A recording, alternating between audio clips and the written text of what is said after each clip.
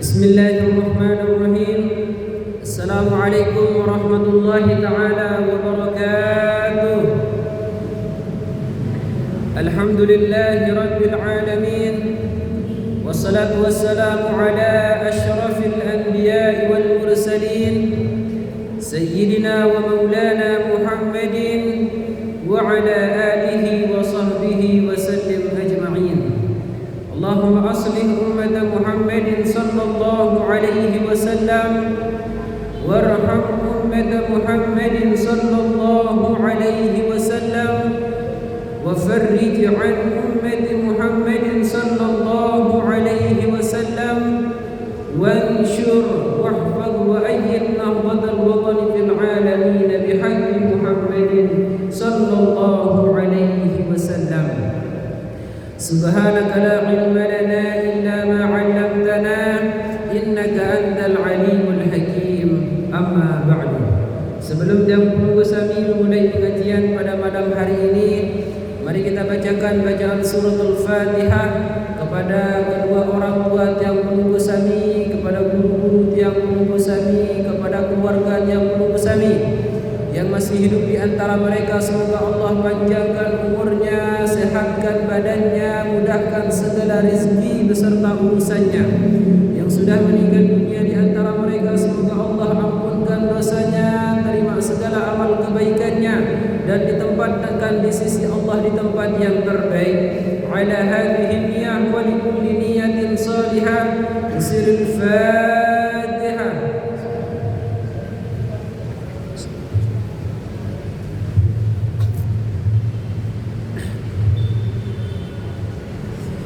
Alhamdulillah, segala puji syukur kita haturkan kepada Allah Subhanahu wa taala yang sampai pada malam hari ini Allah Subhanahu wa taala masih memberikan tiang menunggu kami kenikmatan yang begitu banyak dan begitu luar biasa. Yang kenikmatan-kenikmatan tersebut terkadang tiang menunggu kami kereng kelupaan. Terkadang kenikmatan yang diberikan Allah kepada kita sering kita abaikan. Bahkan ketika kita diberikan kenikmatan tersebut kepada Allah, banyak di antara kita kemudian lupa bersyukur kepada Allah Subhanahu wa taala. Kita yakin bahwasanya Allah yang memberikan hidup, Allah yang memberikan rizki, Allah yang mematikan kita. Namun banyak di antara manusia kemudian bermaksiat kepada Allah. Maka kemudian wajarlah ketika Allah mengatakan wa qalilun min ibadiyasy syakur. Sedikit sekali di antara hambaku, kata Allah, yang mampu bersyukur. Maka kemudian kita berdoa, semoga kita tergolong daripada umatnya Nabi yang selalu bersyukur kepada Allah. Amin ya rabbal alamin.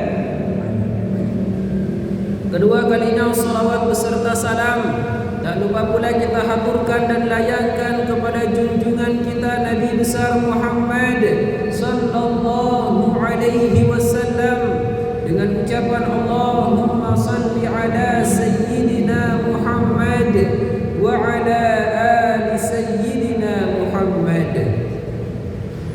Bapak Ibu jamaah yang dimuliakan Allah Subhanahu wa taala, tanda-tanda yang menunggu kami diberikan keberkahan hidup setelah melewati bulan suci Ramadan. Maka kata para ulama, keberkahan tersebut setidaknya tercermin dalam 3 aspek kehidupan. Aspek yang pertama, kata para ulama, siapa orang yang diberikan keberkahan hidupnya setelah menjalani ibadah puasa di bulan suci Ramadan, maka kemudian tanda-tanda pertama orang tersebut diberikan keberkahan hidup oleh Allah, kata para ulama, thubutul khair. Ciri-cirinya, mereka tersebut memiliki dalam dirinya ketetapan kebaikan. Siapa orang yang kemudian setelah berlalunya bulan suci Ramadan kebaikan-kebaikan yang dia lakukan selama bulan suci Ramadan masih tetap ada sampai hari ini, itu menunjukkan dia telah mendapatkan keberkahan bulan suci Ramadan.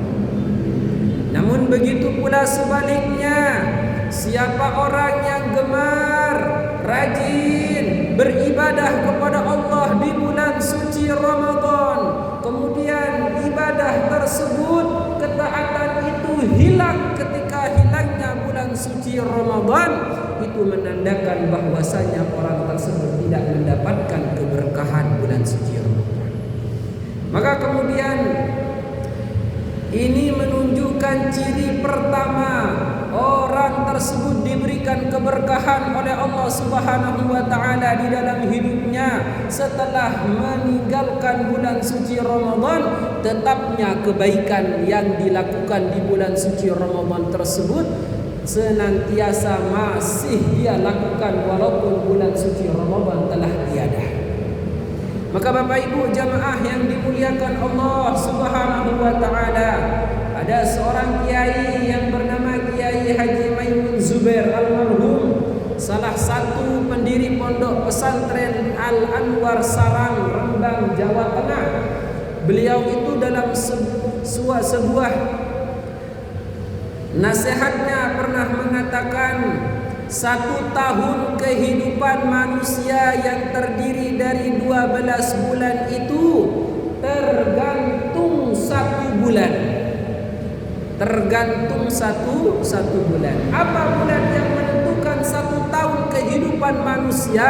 Maka Syekh Maimun Zubair mengatakan, satu bulan yang menentukan 1 tahun kehidupan manusia tersebut bernama bulan suci Ramadan.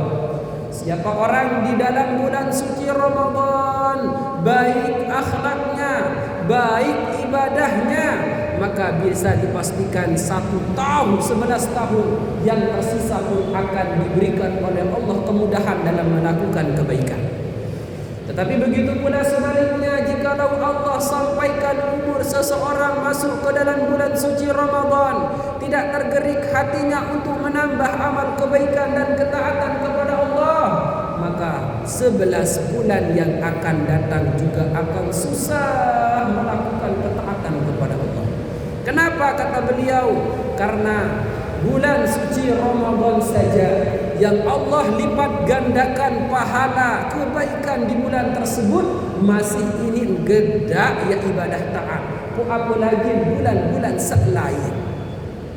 Maka kemudian kembali lagi kepada kalam para ulama, itu tanda ciri orang tersebut diberikan keberkahan oleh Ramadan oleh Allah adalah ketika orang tersebut keluar dari bulan suci Ramadan sampai umurnya di bulan-bulan selanjutnya, tetap kebaikan itu melekat dalam dirinya. Maka kemudian kita berdoa kepada Allah, semoga keberkahan bulan suci Ramadan itu terus mengalir dalam kehidupan kita.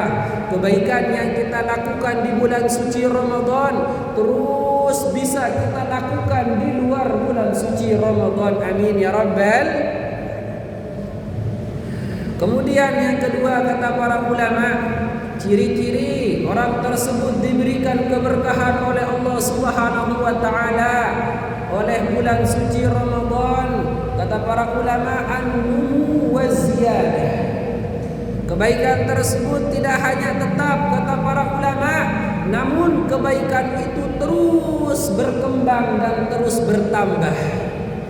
Kebaikan-kebaikan yang dia lakukan di bulan suci Ramadan, ketika selesai bulan suci Ramadan, keluar orang itu dari bulan suci Ramadan, maka kebaikan tersebut akan terus berkembang dan bertambah seiring dengan hari yang dia lalui.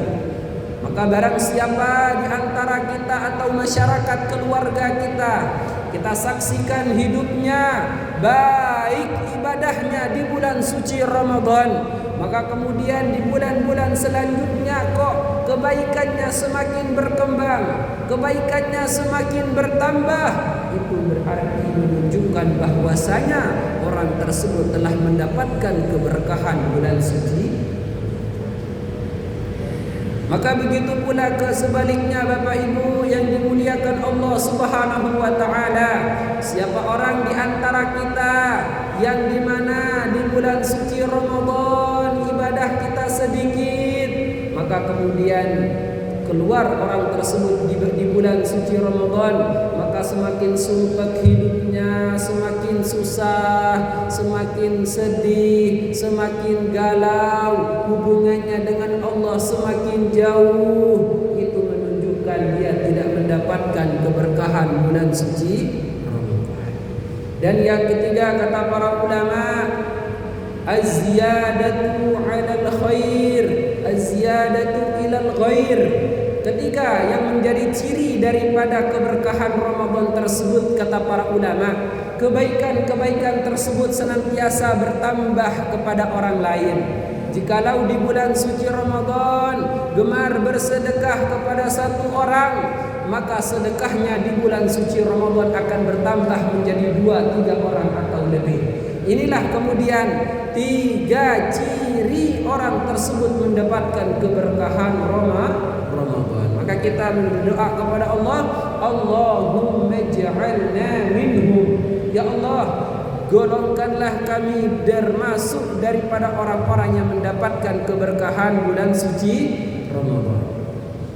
Bapak Ibu jamaah yang dimuliakan Allah Subhanahu wa taala, melanjutkan pembahasan kita di kitab Nasaihul Ibad sampai dengan perkataan Al-Imam An-Nawawi Al-Maqalatul Hadiyah wal 20 'an Nabi sallallahu alaihi wasallam qala as-salatu ibaduddin ay qawamuddin kama qala anna al-umum kama qala anna al-'amuda qawamul bayt.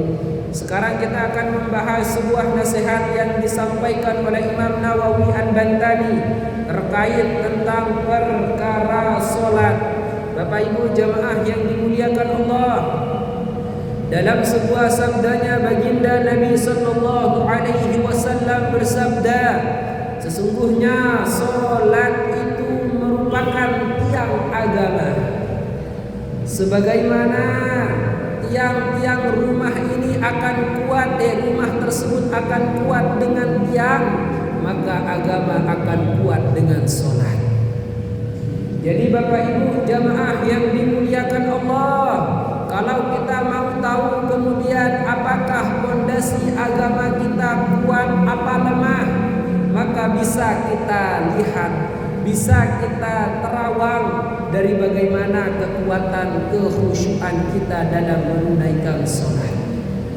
Kalau kita mau melihat agama keluarga kita, kalau kita mau melihat ke agama dari masyarakat kita, maka lihatlah bagaimana mereka memperhatikan salat.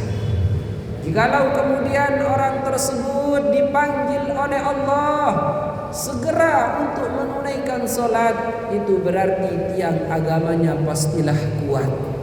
Namun jikalau ada orang dipanggil oleh Allah dalam seruan azan, malas dia datang, abot lalu sembahyang, itu berarti tiang-tiang agamanya sudah rapuh dan hancur.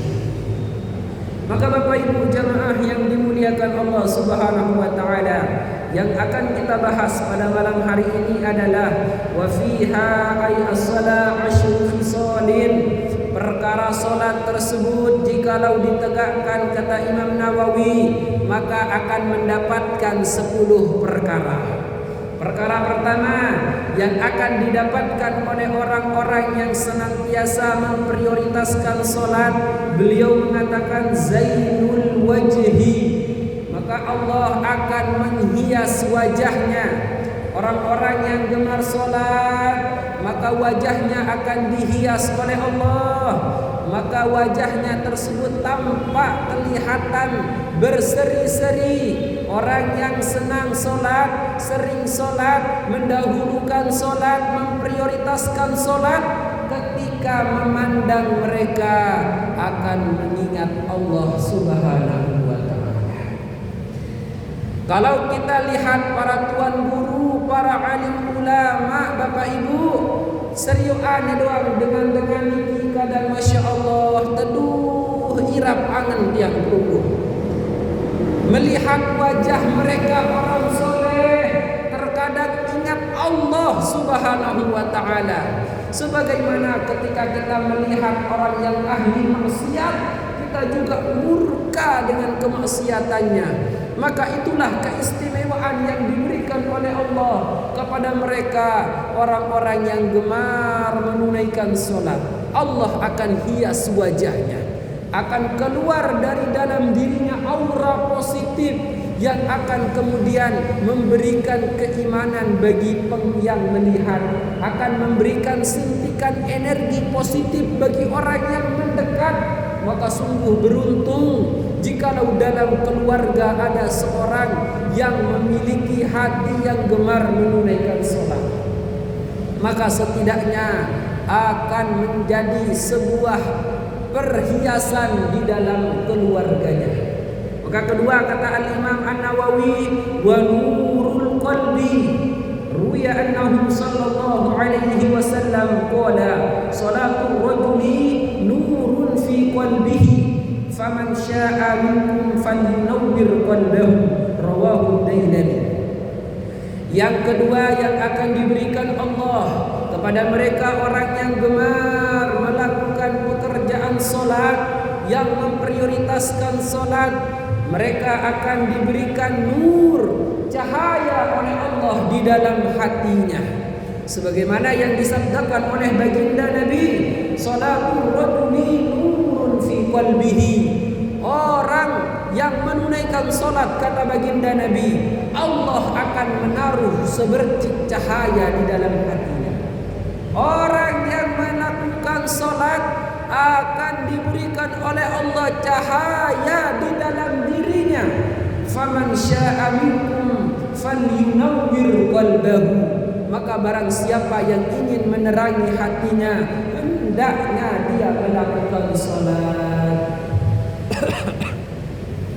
Maka Bapak Ibu jamaah yang dimuliakan Allah Subhanahu wa ta'ala, betullah apa yang dikatakan Allah Subhanahu wa ta'ala di dalam Al-Quran, wasta'inu bis-sabri was-salah. Mintalah pertolongan kepada Allah dengan cara kamu sabar terhadap orang yang menzalimimu, sabar terhadap mereka yang mencaci maki dan memukulmu. Karena hanya dengan sabar itu telah kita minta pertolongan kepada Allah. Bapak Ibu jamaah yang dimuliakan Allah, kalau kemudian kita balas kezoliman orang dengan sebuah kezoliman, maka tidak ada bedanya kita dengan orang tersebut. Lamun arak dengan ngolok tiang pelungguh, pediang balas olok aniki dengan sebuah ejekan yang lain, maka tidak ada bedanya kejelekan kita dengan mereka. Maka kemudian biarkan saja mereka mengejek kita, biarkan saja mereka memukul kita. Yang harus kita lakukan adalah minta tolong kepada Allah dengan cara kita bersabar.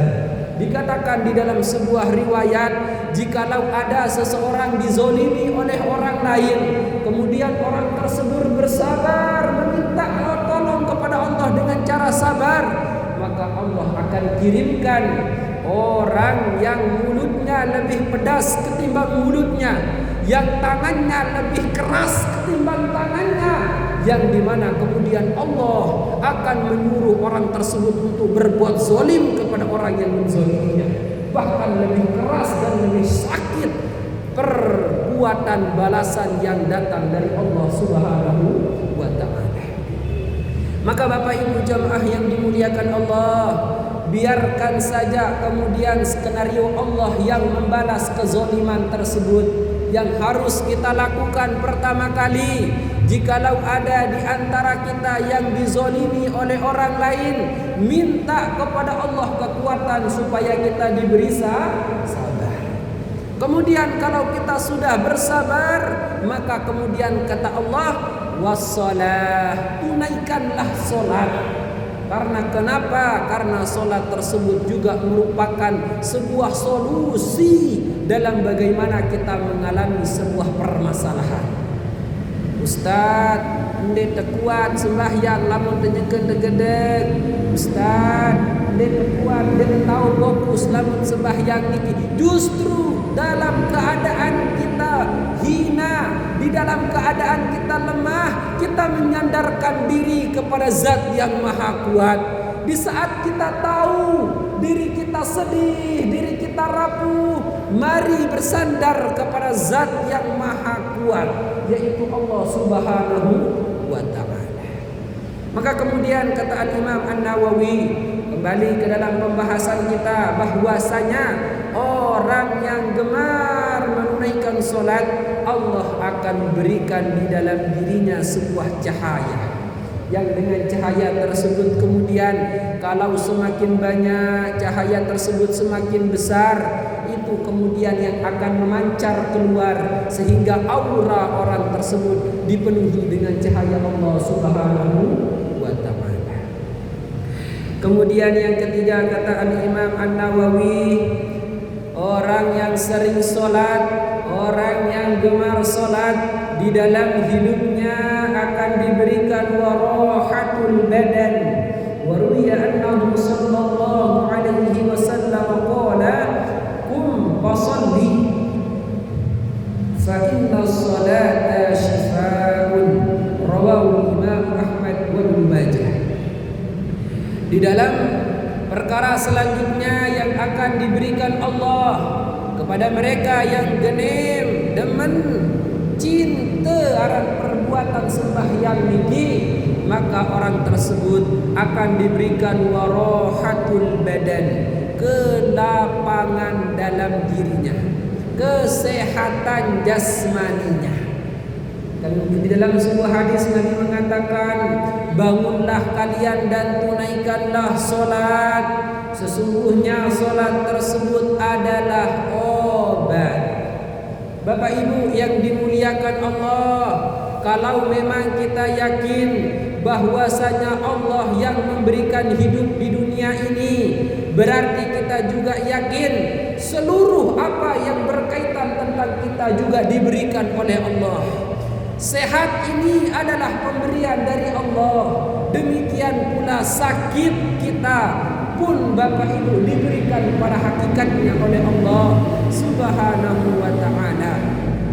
Makanya kemudian termasuk dari tradisi orang-orang soleh Bapak Ibu, ketika mereka diberikan ujian oleh Allah berupa sakit, yang pertama kali mereka lakukan bukan langsung pergi ke rumah sakit, bukan langsung pergi ke dokter untuk disuntik dan minta obat, namun menjadi tradisi orang-orang soleh Bapak Ibu, ketika mereka diuji, diberi oleh Allah sebuah penyakit dalam hidupnya, maka mereka berdiri mengambil air wudu, kemudian menunaikan solat kepada Allah Subhanahu wa Ta'ala.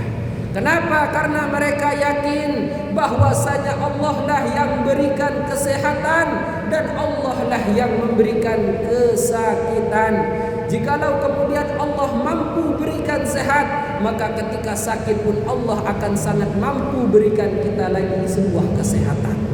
Baru kemudian Bapak Ibu, kalau kita sudah menunaikan sholat, baru kita berikhtiar cari kemudian dokter dan obat untuk kita konsumsi.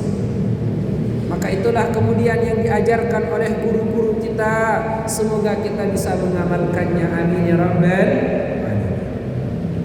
Kemudian di dalam hadisnya Nabi sallallahu alaihi wasallam mengatakan, innallaha idza anzala 'ahatan minas sama' 'ala ahli al-ardi sarafaha 'an 'ummaril masjid. Rawahu al-Askari. Nabi sallallahu alaihi wasallam mengatakan dalam sabdanya, sesungguhnya Allah Subhanahu wa Ta'ala ketika menurunkan sebuah penyakit kepada penduduk bumi, maka kemudian Allah akan memalingkan penyakit tersebut kepada orang-orang yang gemar meramaikan rumah-rumah Allah. Allah akan palingkan penyakit itu dari mereka yang hatinya condong untuk menunaikan menunaikan ketaatan melalui perkara solat. Maka kemudian Bapak Ibu yang dimuliakan Allah Subhanahu wa taala, selanjutnya kata Al-Imam An-Nawawi, yang akan diberikan oleh Allah kepada mereka orang-orang yang gemar menunaikan salat, wa unsul fil qabri, adalah Allah Subhanahu wa taala akan memberikan kebahagiaan ketika dia sudah berada di alam kuburnya. Allah akan berikan kebahagiaan kepada orang-orang yang gemar di dunia ini menunaikan salat, ketika masuk dan pindah alam ke alam barzakh, maka Allah Subhanahu wa taala akan memberikan kebahagiaan demi kebahagiaan di alam kuburnya. Maka kemudian para ulama mengatakan alam barzakh ini merupakan adalah awwalu manzilin min manazilil akhirah, merupakan penampakan pertama daripada alam-alam akhirat, yang kalau orang sudah masuk ke alam barzakh, bahagia yang dia dapatkan, maka kebahagiaan selanjutnya pasti akan dia rasakan. Begitu pula sebaliknya, kata para ulama, jikalau ada seorang hamba dimasukkan ke dalam alam kuburnya, disiksa oleh malaikat, diberikan sebuah hukuman oleh malaikat penjaga alam barzakh, maka hukuman demi hukuman di alam-alam selanjutnya akan menantinya. Maka kemudian kata Al-Imam An-Nawawi, orang yang gemar menunaikan solat, mereka adalah orang yang akan diberikan kenikmatan dan kebahagiaan di alam kuburnya.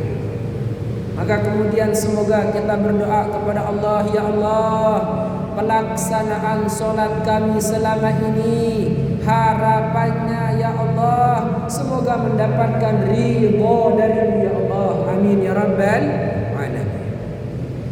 Maka kemudian selanjutnya yang akan diberikan oleh Allah kepada mereka yang gemar menunaikan solat di dunia ini, wa manzilur rahmati, maka Allah Subhanahu wa taala akan berikan rahmat dan kasih sayangnya, yang jikalau ada seorang hamba hidup dalam rahmat dan kasih sayang Tuhannya, maka segala keperluannya akan diberikan, maka ketenangan akan bersamanya, keberkahan akan menyertainya.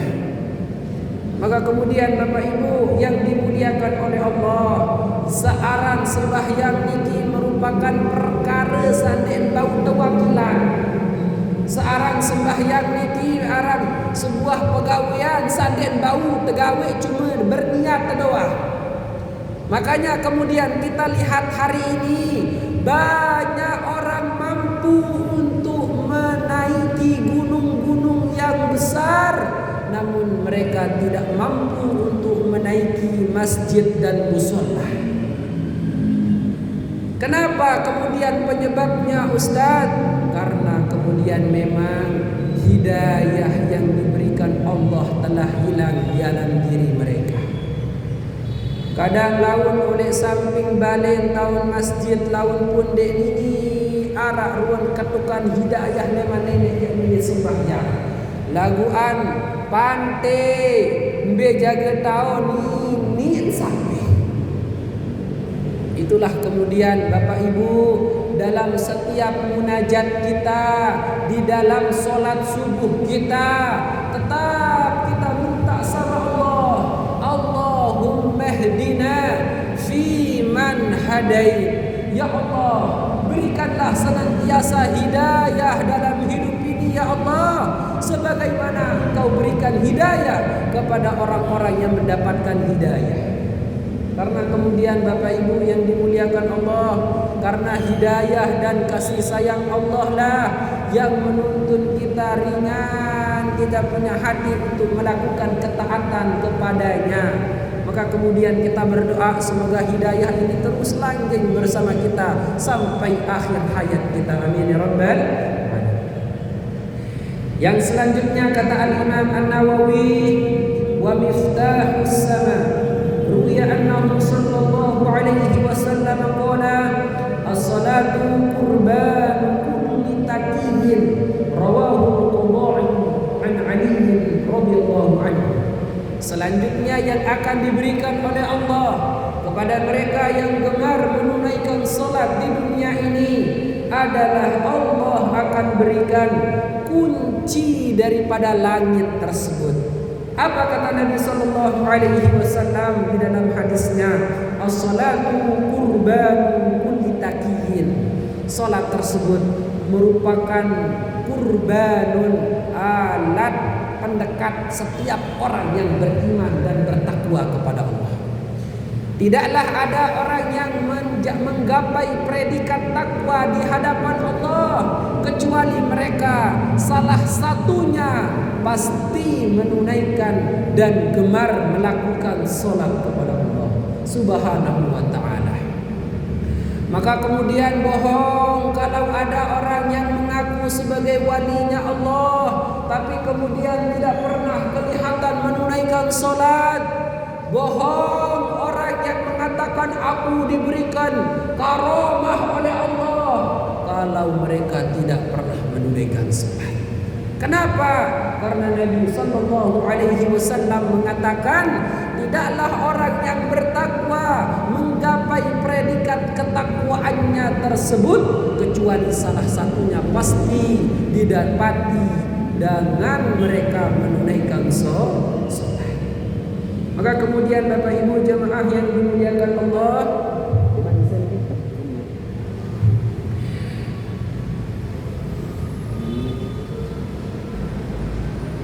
wasiqlul mizan yang akan diberikan Allah Subhanahu wa ta'ala bagi mereka yang gemar menunaikan salat adalah Allah akan menjadikan timbangan amalnya kelak ketika dia akan dihakimi oleh Allah, ketika akan berhadapan langsung dengan Allah, maka Allah akan beratkan timbangan hamba tersebut. Allah akan memberatkan timbangan seorang hamba yang di dunianya gemar menunaikan salat. Maka kemudian dengan beratnya timbangan tersebut, maka Allah akan masukkan hamba tersebut ke dalam surga. Maka kemudian selanjutnya Bapak Ibu yang dimuliakan Allah, yang akan diberikan kepada mereka yang gemar salat di dunia ini, kata Al-Imam An-Nawawi, wa marwatur rabbi ruwiya annahu sallallahu alaihi wasallam ma min halatin yakunu 'alaiha al-'abdu ahabba ila Allah ta'ala min an yarahu sajidan yu'affiru wajhahu fit turab rawahu Tabrani. Yang akan diberikan Allah kepada mereka yang gemar menunaikan salat adalah Allah akan memberikan ridho kepadanya. Sebagaimana yang disabdakan oleh Nabi, tidaklah ada di antara manusia sebuah keadaan yang paling dicinta oleh Allah kecuali keadaan tersebut seorang hamba itu melakukan sujud kepada Allah yang kemudian mukanya orang